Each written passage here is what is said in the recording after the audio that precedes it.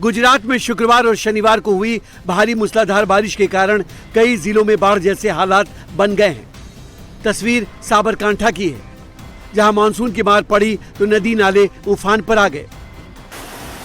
ईडर के डेभोल इलाके में पार्क की हुई कार पानी में बहने लगी।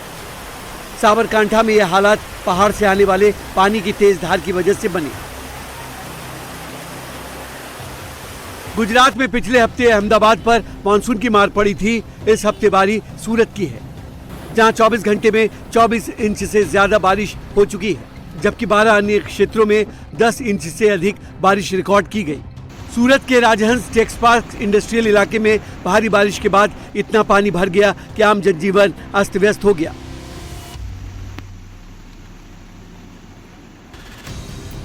दक्षिण और मध्य गुजरात के कई हिस्सों में शनिवार को मूसलाधार बारिश हुई, जिसके चलते 27,000 लोगों को सुरक्षित स्थानों पर पहुंचाया गया है। सूरत जिले के अंबिका तालुका में 24 घंटे में 611 मिलीमीटर बारिश हुई है। भारी बारिश के बाद तापी नदी में उफान है। लोगों को नदी किनारे जाने से मना किया गया है। सूरत और इसके आसपास नवसारी, भरूच और तापी में भी 400 मिलीमीटर से अधिक बारिश हुई है। सूरत में तो आज भी हेवी रेन का अलर्ट है। एक रेड अलर्ट दिया गया था, तो उसके ही कारण कल सुबह 6 बजे से लेके आज सुबह 6 बजे तक काफी भारी बारिश सूरत शहर और सूरत जिले के तमाम तहसील में हुई है। अगर मैं एक आंकड़ा दूं तो जो एवरेज रेनफॉल जो 31 का मतलब सुबह 6 बजे से लेके आज सुबह 6 बजे तक का है वो 222 mm तक का है, यानी कि 8 इंच से ज्यादा बारिश सभी तालुका में एवरेज रेनफॉल हुआ है। सबसे ज्यादा जो रेनफॉल है वो अंबिका तालुका में 24 इंच के आसपास रेनफॉल हुआ है। सूरत सिटी में भी 5 से 6 इंच 24 घंटे में बारिश हुई है। बाकी सब तालुका में भी 5 से लेके 10-12 इंच तक 15 इंच तक बारिश हुई है। जितने भी हमारे आश्रय स्थान है वहाँ पे हम लोगों ने सारी जो फैसिलिटीज है वो अवेलेबल करवाई है, और अभी भी जो एनडीआरएफ और एसडीआरएफ की टीम्स यहाँ पे बुलाई गई थी वो अभी भी हम लोगों ने तैनाती रखी। गुजरात के साथ साथ केरल में भी भारी बारिश से लोग परेशान हैं। सड़क पर चलती नाव, लोगों के घरों में घुसे पानी और जलमग्न पेट्रोल पंप की ये तस्वीर केरल के पथानामथिट्टा की है। पथानामथिट्टा में बीते 2 दिनों में 330 मिलीमीटर से अधिक बारिश दर्ज की गई है, जिससे पंबा नदी उफान पर आ गई और कई इलाके जलमग्न हो गए। सड़कें डूब गई, बिजली आपूर्ति ठप हो गई है।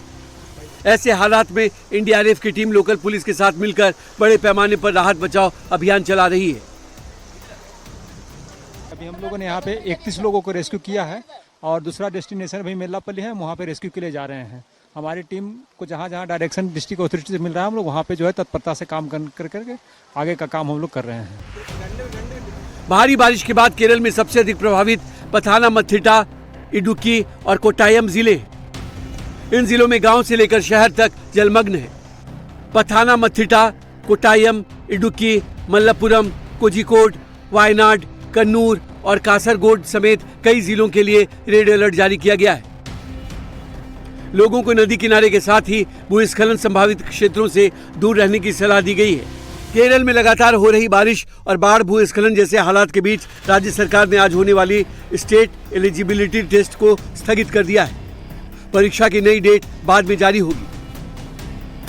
इधर तिरुवनंतपुरम के पास मुथालापोझी के कोस्टल एरिया में भारी बारिश के कारण एक नाव पलट गई।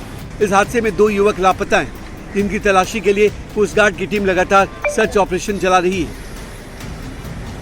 मानसून की मार मैदान से पहाड़ तक पड़ रही है। शनिवार शाम को श्रीनगर लद्दाख हाईवे पर मीना मार्ग के पास बादल फटने से अचानक बाढ़ आ गई और लद्दाख के जुजिला इलाके में द्रास श्रीनगर नेशनल हाईवे पर लैंडस्लाइड हुआ।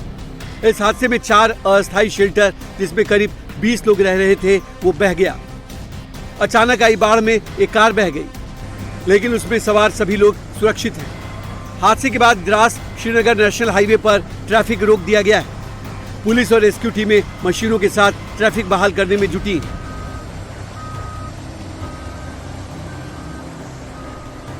शिमला में हो रही भारी बारिश के कारण बड़े बड़े पेड़ उखड़ रहे हैं। शनिवार को हुई बारिश के बाद ओक ओवर इलाके में 2 देवदार के पेड़ गिर गए, जिससे वहां का रास्ता कुछ समय के लिए बंद हो गया। गनीमत रही कि इस हादसे के वक्त कोई राहगीर मौजूद नहीं था, जिससे बड़ा हादसा टल गया। बड़ी हैरानगी वाली भी थी बात, और इसमें इसके साथ साथ हम सूखे पेड़ या नीचे फॉरेस्ट के अधिकारी निकाल रहे थे, वहाँ आवाज़ सुन के वो भी ऊपर आए कि एकदम से क्या हुआ, और बिल्कुल स्वस्थ पेड़ थे बिल्कुल। इसके साथ का सूखा पेड़ बिल्कुल सीधा खड़ा है, और मैंने इनको अधिकारियों को भी निर्देश दिए कि आप जो ड्राई पौधा है उसको भी, ड्राई पेड़ है उसको भी हटा दो। ओडिशा में आई भारी बारिश के बाद अब भी कई इलाकों में बाढ़ के हालात हैं। पुरी के सांसद संबित पात्रा ने स्थानीय प्रशासन के साथ बाढ़ प्रभावित इलाके का दौरा किया और बाढ़ राहत का जायजा लिया।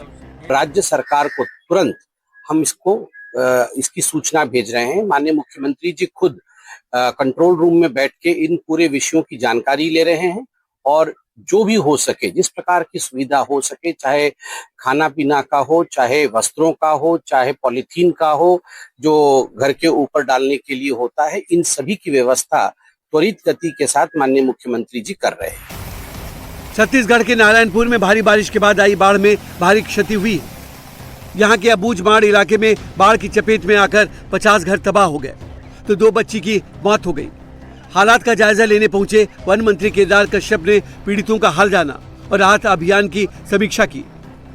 साधन है, वो है, सड़कें हैं, पुल पुलिया हैं, वो भी क्षतिग्रस्त हुए। लगभग मैं देखा था लगभग 17 सड़कें इसमें क्षतिग्रस्त हुई हैं, और कई पुल पुलिया इसमें क्षतिग्रस्त हुए हैं। आंगनबाड़ी हमारे क्षतिग्रस्त हुए हैं, स्कूल हमारे क्षतिग्रस्त हुए हैं, पीडीएस के हमारे दुकानें क्षतिग्रस्त हुए हैं। व्यक्तिगत तौर पे हमारे घरों का जो नुकसान हुआ है, उसकी दृष्टि से लगातार हमारे जिला प्रशासन पूरे मुस्तैदी के साथ में काम कर रहा है।